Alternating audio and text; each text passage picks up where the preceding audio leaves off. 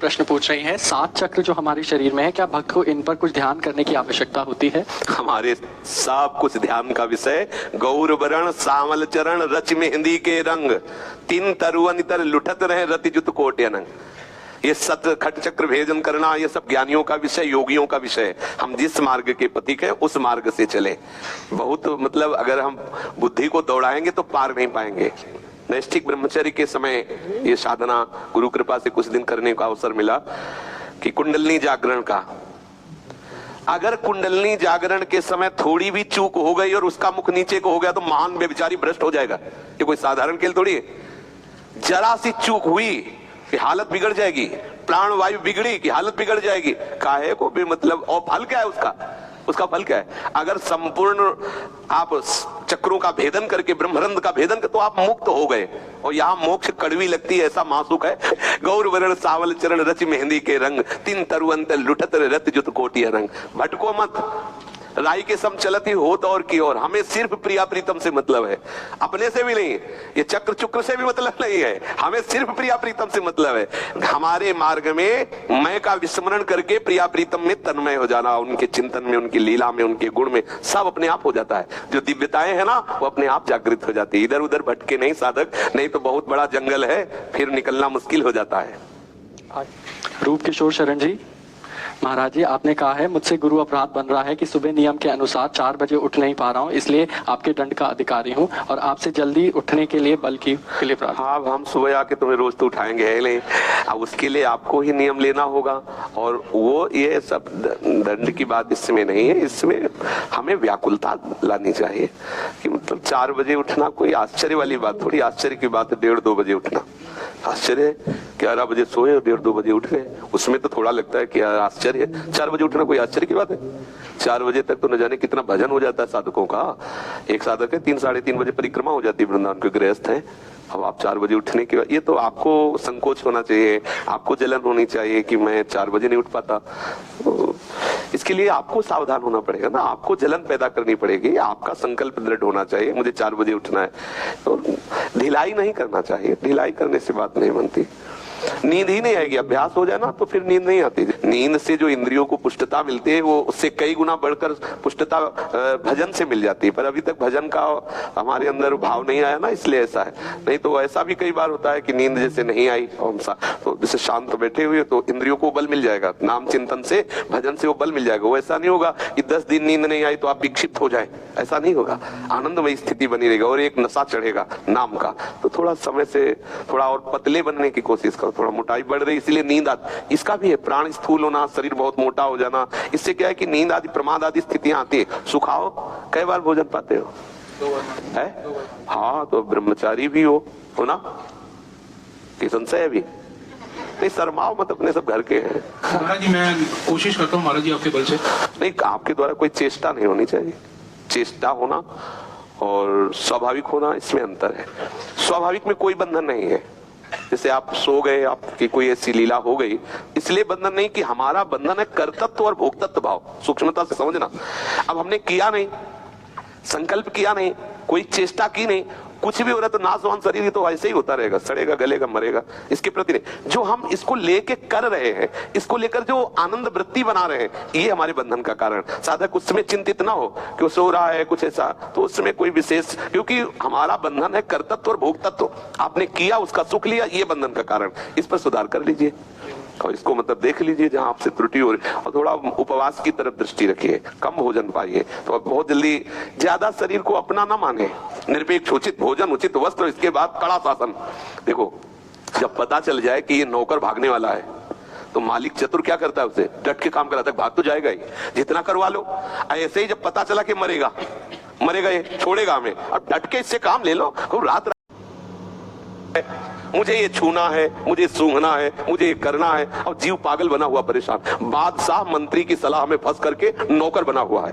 जीव बादशाह है, भगवान का अंश, चेतन अमल सहज सुकराती। तो भाई शरीर से थोड़ा दंड बैठक मारो, थोड़ा प्राणायाम व्यायाम करो, ब्रह्मचर्य रहो। भगवान ने आपको अवसर दिया है, खान पान थोड़ा कम करो, थोड़ा सुखाओ, इसको सूखने दो, थोड़ा सूखना चाहिए, तभी बात बनेगी। है कोई रोग तो है नहीं। हाँ, तो बस उचित भोजन पाओ, ज्यादा मतलब घी डाल के मत पाओ, ऐसे थोड़ा रूखी सूखी दाल रोटी पाओ, भजन करो, प्रभु के गुण गाओ। ब्रह्मचर्य हो तो क्या परेशानी है। ब्रह्मचारी को ज्यादा पौष्टिक आहार पाना मतलब जहर है। नमक रोटी पाओ जिससे आपका और ब्रह्मचर्य ही महाबल है, सच्ची मानिए। शरीर बल भी और अध्यात्म बल भी दोनों ब्रह्मचर्य से पुष्ट होते हैं। ब्रह्मचर्य नष्ट होने पर अध्यात्म बल और शरीर बल दोनों नष्ट हो जाते हैं। देखो आप जिस दिन ब्रह्मचर्य आपका क्षीण हो, देखो आपका उत्साह नष्ट हो जाएगा। साधन भजन में महीना 2 महीना 4 महीना आप ब्रह्मचर्य के देखो, आप में एक बिजली आ जाएगी। आसन में बैठने का, दौड़ने का, भागने का एक उत्साह जागृत हो। ब्रह्मचर्य बहुत अमृत है, पर संसारी जी इस बात को समझते नहीं है। बोले अगर सब ब्रह्मचारी रहेंगे तो सृष्टि कैसे चलेगी। ऐसे ही मतलब सृष्टि इन्हीं से चल रही, ब्रह्मा के बाद दूसरे ब्रह्मा यही है। ऐसे नहीं, ब्रह्मचर्य रहो और सृष्टि संचालन के लिए आप सहवास करो, फिर देखो कैसे सृष्टि चलती है। कोई फर्क नहीं पड़ने वाला। आप ब्रह्मचर्य रहिए और समय पे आप देखिए तो आपकी संतान भी बलवान होगी और कोई फर्क आप में नहीं पड़ेगा। परिपक्व फसल है। अब यहाँ अभी गेहूं की बाली भी नहीं बन पाई है और कैसे है वो भूसा भी नहीं सही हो पा रहा है। अगर फसल गेहूं की, वो किसान जानते हैं, गलेथ में आने के पहले ही काट दी जाए तो ना ठीक से भूसा होगा, दाने की तो बात ही नहीं। तो अपने लोगों का जीवन ऐसे ही हो रहा है कि फसल परिपक्व हो नहीं पा रही और उसको काट देते हो तो वो किसी काम का जीवन नहीं रह जाता है। सावधान रहो। पहला आज के प्रश्न का उत्तर, भोजन पर आप तुरंत शासन कीजिए। थोड़ा भोजन पाइए और व्यायाम, थोड़ा दंड बैठक लगाइए, थोड़ा प्राणायाम की जरूरी है। दुनिया की बात मत मानो, ये भी भजन है। 10, 15, 20 मिनट दंड बैठक लगाइए और इसके बाद 24 घंटे साधन में लगे, ये भजन है। अगर शरीर की तरफ आप थोड़ा ध्यान दे दे तो ये आपको भगवत प्राप्ति, यावत स्वस्थमिदं गृहं कलेवरम, ये जरूरी है। शरीर को मतलब एकदम परमार्थ का पथिक एक बहादुर होता है, कोई साधारण थोड़ी होता है। तो थोड़ा ये भी होना चाहिए, थोड़ा दंड बैठक मारे, प्राणायाम व्यायाम, आधा घंटा 1 घंटा नाम जप करते हुए करे, 24 घंटे पड़े हुए खूब साधन। और वो मेहनत में नहीं गिना जाता। जैसे प्राणायाम व्यायाम है, लोग समझते हैं कि फिर हमें काम ही तो करना है, नहीं, वो अलग है। चाहे जितना कार्य हो, वो एक अलग है दिनचर्या, ये जरूर होनी चाहिए। जो साधक परमार्थ में ब्रह्मचर्य से चलना चाहता है या जो गृहस्थ सतमार्ग में चलते हुए गृहस्थी धर्म निर्वाह करना, उसे 15-20 मिनट तो व्यायाम प्राणायाम करना ही चाहिए। जरूरी है, जरूरी। इस पर कोई ध्यान नहीं दे रहा है। अरे थोड़ा तो समझ में आना चाहिए कि हाँ भाई, आप थोड़ा तो मतलब, चाहे गृहस्थ हो चाहे विरक्त, तो थोड़ा तो इसमें फिर भजन मार्ग में चलो। देखो ऋषियों को देखो, पहले लगी हुई लंगोटी है, केवल लंगोटी लगी, स्वस्थ शरीर, चाहे जितनी गर्मी सर्दी सब उससे सह रहे। समझना, ऐसे ही सही माने में परमार्थिक साधक को पहले अपने परमाणु बलवान करने चाहिए। और हम ऐसी जगह जहां लगे हैं प्रपंच आदि में, वहां हमारे वो परमाणु हमें बिगड़ने न दें। इतने हम अपने परमाणु बनाए, इतने हम ऊर्जा शक्ति, इतना हम भजन बल रखे, कोई फर्क नहीं पड़ता, कोई फर्क नहीं। अगर हम कह रहे हैं आप संयमी हो और आपको वैश्यालय में सेवा मिले कि यहाँ झाड़ू लगाना, यही रहना, यही गेट में खड़े हो, कोई फर्क नहीं पड़ता। आपका लक्ष्य दृढ़ होना चाहिए। इतना कमजोर परमार्थ का साधक नहीं होता कि भाई ये वो प्रपंच, यहाँ प्रपंच भरा, यहाँ का खाली कर दो, चाहे जहां चलो, कोई प्रपंच नहीं। जो रही उत्तम प्रकृति का कर सकत कुसंग, चंदन विष व्यापत नहीं, लपटे रहत भुजंग। पक्का समझो बच्चा, अपने आप को पुष्ट करना है। थोड़ा आगे बढ़ो, भजन करो, संयम से चलो, ब्रह्मचर्य से रहो। ब्रह्मचर्य रहो, अपने आप आपके अंदर परमाणु आ जाएंगे लड़ने के। हर समय उत्साह होता है कि तुम कैसे छाती, मतलब जैसे बिजली नहीं दौड़ती ऐसे दौड़ती, कौन सा विषय परास्त कर सकता है। सिंह की तरह हर समय दिल ऐसे धड़कता रहता है। हर बीमारी, हर विकार, हर प्रतिकूलता से लड़ने के लिए उत्साह रहता है। क्यों रहता है? जैसे दंड बैठक मारो, घी दूध पियो, खूब व्यायाम करो, तो तुम्हारा मन होगा। हर आदमी को बलिष्ठ को देख के लगेगा अगर 10 मिनट एकांत में मिले तो अब इससे भिड़ के देखे। अब जब बाजू में बले नहीं है तो हर जगह ऐसे हो गए। नाम बल बढ़ाओ, भजन बल बढ़ाओ, संयम बल बढ़ाओ, शेर की तरह पूरे संसार में घूमो, कुछ हो नहीं सकता। हम कैसे बिल्ली बन रहे हैं? हमारा स्वामी सच्चिदानंद परम सामर्थ्यशाली भगवान और उसका बच्चा मैं, और रो रहे, चिल्ला रहे हैं, अशांत हो रहे हैं, परेशान हो रहे, अज्ञान के कारण। अपने स्वरूप की तरफ आइए, संयम। इस शरीर में इतना फंस गए, पूछो मत क्या दुर्दशा कर रहे हो आप अपनी, वही समझ में नहीं आया। आप अपनी दुर्दशा कर रहे हो। आपको शरीर मिला भगवत प्राप्ति के लिए, आप उसे धर्म विरुद्ध विषय भोग कर उसे नष्ट कर रहे हो। आप परेशान, बोलो आपको क्या परेशानी? तो आप परेशान है? कोई परेशानी नहीं, परेशान, दिमाग की परेशान। देखो परेशान है, रात दिन कह रहा है हमारा मन हमको परेशान किए। अगर भजन करो तो घोर, हमें पता है कि आगे आगे क्या कदम आने वाले, लेकिन आनंद है। इसका जो दुर्गति होनी वो मुझे पता है, मुझे आनंद है उस विषय में। मेरे प्रभु के द्वारा दिया हुआ हर प्रसाद मुझे स्वीकार है, क्योंकि मुझे पता है कि मुझे कभी ये छू नहीं सकते और इसे हम अब छूने लायक नहीं है कि इस गंदगी को छुए। ये गंदगी है, अगर इसको छुओगे तो फंस जाओगे। दूरी बना के रखो इससे, और आप दूरी बनाना जान नहीं पाए, इसीलिए परेशान है। समझ जाओ, बहुत बढ़िया अवसर है। जितने से काम चल रहा है, अगर काम चल रहा है तो डट के बैठ के भजन करो, अगर नहीं चल रहा तो 8 घंटे कोई नौकरी कर लो, उससे जो अर्थ मिले, माता पिता और शरीर की सेवा करो, खूब भजन, आनंदित रहो। भरोसा श्री आचार्य गुरुदेव इष्ट का तो कोई ऐसा नहीं कि हमारा परमार्थ बिगड़ जाएगा। सावधानी पूर्वक चलो, ई पर लोग सकल सुख पावत मेरी सो भैया कृष्ण गुण संच। ठीक है, डायरी में लिखो आज के प्रवचन।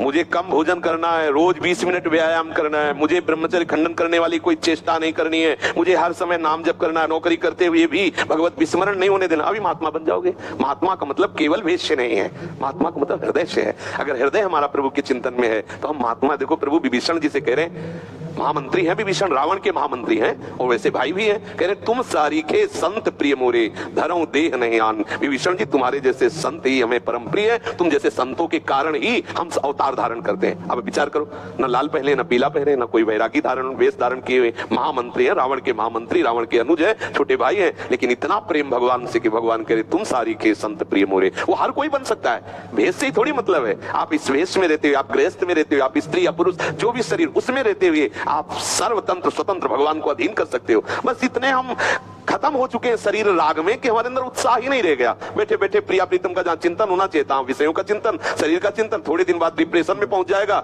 दवाइयां खाएगा, नींद की गोलियां खाएगा, थोड़ी देर बाद वो काम करना बंद कर देंगे, मरणासन तक पहुंच गया। दुर्दशा यही तो हो रही। डायरी में लिखो, वैसे ही चलो जैसे कह रहे। 2 महीने में आपका चैप्टर बदल जाएगा। 2 महीने ठीक से ब्रह्मचर्य रहिए और ठीक से साधन की, तो आपको देखिए प्रसन्नता की लहर आने लगेगी।